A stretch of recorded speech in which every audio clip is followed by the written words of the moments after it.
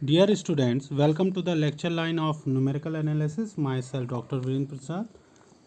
इससे पहले के जो लेक्चर्स में मैंने आपको पढ़ाया था कि इंटरपोलेशन क्या होता है, इंटरपोलेशन के एजम्पशंस क्या होते हैं, इंटरपोलेशन इक्वल इंटरवल और अनइक्वल इंटरवल के लिए हम एस्टिमेट करते हैं मिसिंग टर्म को या जिस पॉइंट पर हमें वैल्यू पूछी होती है। मैंने आपको दो केस बताए थे इक्वल इंटरवल्स के अंतर्गत। पहला केस, जिस पॉइंट पर हमें वैल्यू फाइंड करनी होती है y की या x की, उस पॉइंट पर हम वैल्यू फाइंड करते हैं, जो एक माइलस्टोन था, y की वैल्यू हम फाइंड करते थे। दूसरा केस मैंने आपको बताया था, उस पॉइंट पर हम x की वैल्यू फाइंड करना चाह रहे हैं जो फर्स्ट हाफ में लाई करता है, तो उस केस में हम Newton Gregory forward interpolation formula use करते हैं। अब हमारे पास पार्ट ए में थर्ड केस है, व्हेन विड्थ इज इक्वल और interval is equal at the point x at which y value is required lies in last half. Last half में value lie कर रही है, तो हम किस फॉर्मूले को यूज़ करेंगे? In this case we use Newton-Gregory backward interpolation formula. Newton backward interpolation formula है y is equal to y n. ये ध्यान रखिए, वाई एन का मतलब है y की लास्ट वैल्यू, जो आपको डेटा गिवन होगा उसकी जो लास्ट वैल्यू है वाई एन है।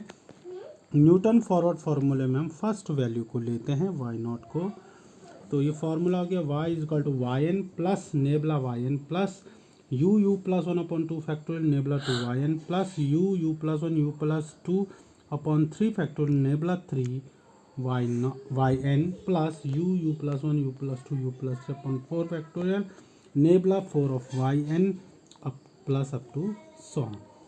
डियर स्टूडेंट, जो हायर ऑर्डर डेरिवेटिव्स हैं nabla of y n, nabla 2 y n, nebula 3 y n, ये सब हमें कहाँ से मिल जाएगा? डिफरेंस टेबल से मिल जाएगा। तो आइए आप एक एग्जांपल देखते हैं। यहाँ पर थोड़ा सा ये समझ लीजिए फिर से, वही u क्या आपके पास x minus x n upon h है। एक्स एन मैंने आपको बताया last value of the argument है, x क्या है? The value at which y value is required, और h क्या है? इंटरवल ऑफ डिफरेंसिंग है। अब एग्जांपल देखते हैं, इसमें x आपको दे रखा है 5, 10, 15, 20, 25। यहाँ पर y लिख लीजिए, y है, y आपको दे रखा है 7, 10, 12, 19 एंड दिस इज 23, और हमें एस्टिमेट y करना है for x is equal to 22। अब देखिए, हमें वैल्यू किस पे फाइंड करनी है? x इज इक्वल टू 22, और 22 कहाँ लाई कर रहा है? सेकंड हाफ में या लास्ट हाफ में, राइट? यहाँ पर लाई कर रहा है इनके बीच, राइट? तो जो x जिस पे हमें y की वैल्यू फाइंड करनी है, x जो है वो कहाँ लाई कर रहा है? लास्ट हाफ में लाई कर रहा है या सेकंड हाफ में लाई कर रहा है। इसलिए हम Newton backward interpolation formula apply करेंगे। तो मैंने इसमें आपको बताया था सॉल्यूशन हो गया एक्स एन मैंने आपको क्या था? x की लास्ट वैल्यू, इधर देखेंगे हम, इसमें x की जो लास्ट वैल्यू है वो क्या है?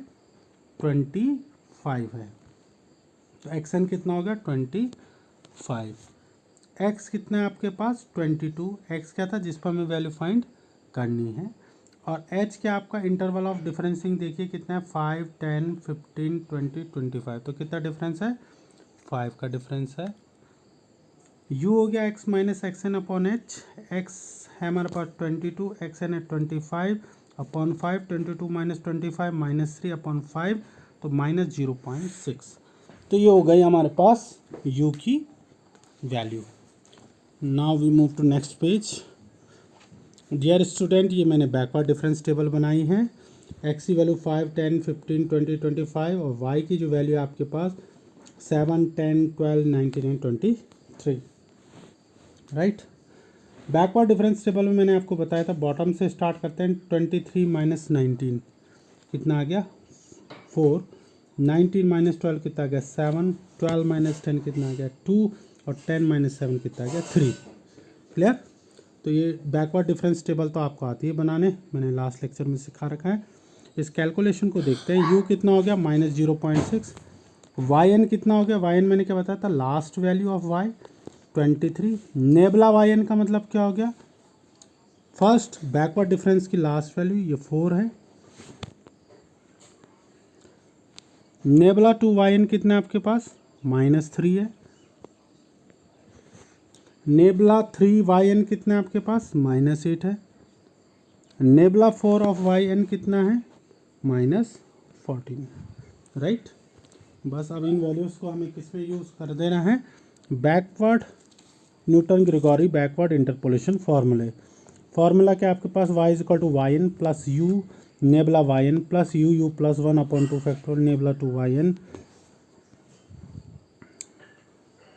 Upon 2 factorial plus u plus 1 u plus 2 upon 3 factorial nabla 3 y n plus u plus 1 u plus 2 u plus 3 whole upon 4 factorial nabla 4 of y N.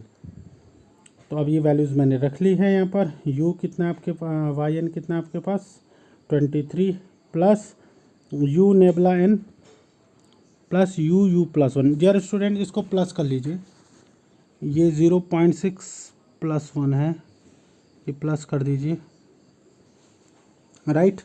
इसमें आगे भी ये प्लस है, ये भी प्लस है, राइट। ये भी प्लस है, ये भी प्लस है, ये भी प्लस है, यस। तो ये सारी वैल्यूज़ आपने पुट कर दी हैं यहाँ पर।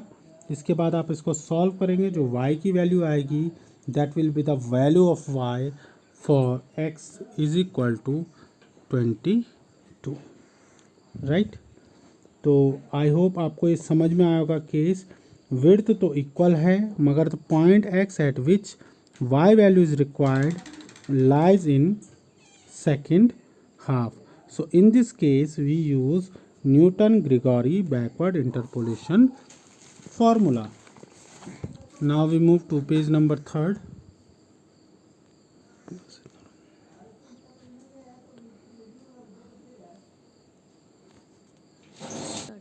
डियर स्टूडेंट्स, अब ये दो बहुत ही महत्वपूर्ण क्वेश्चंस हैं।